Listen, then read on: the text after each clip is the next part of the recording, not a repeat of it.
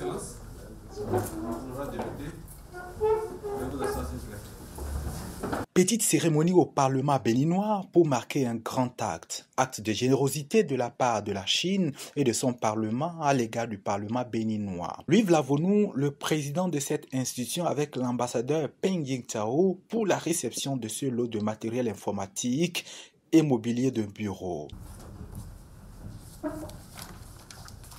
C'est un don d'un coût total de 43 millions de francs CFA, de quoi faire souligner par le président Vlavonou la générosité chinoise. Remercier très sincèrement les plus hauts responsables de la République populaire de Chine pour leur soutien constant à notre pays.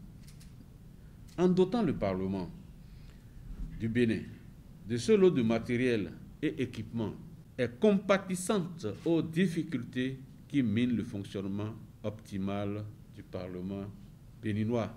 En le faisant ainsi, vous venez de manifester, Monsieur l'ambassadeur, votre attachement à l'œuvre de construction de notre pays dans laquelle le Parlement tient une place prépondérante.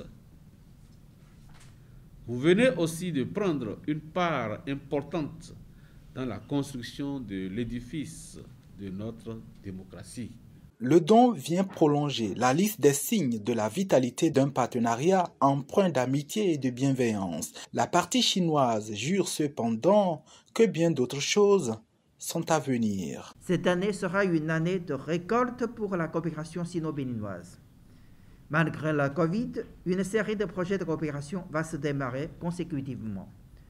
Nous espérons pouvoir toujours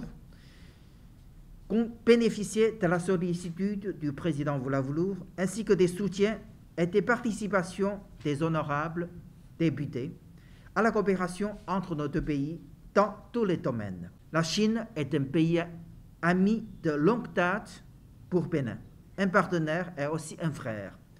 La Chine va toujours accompagner le Bénin pour réaliser sa rêve du Bénin révélé.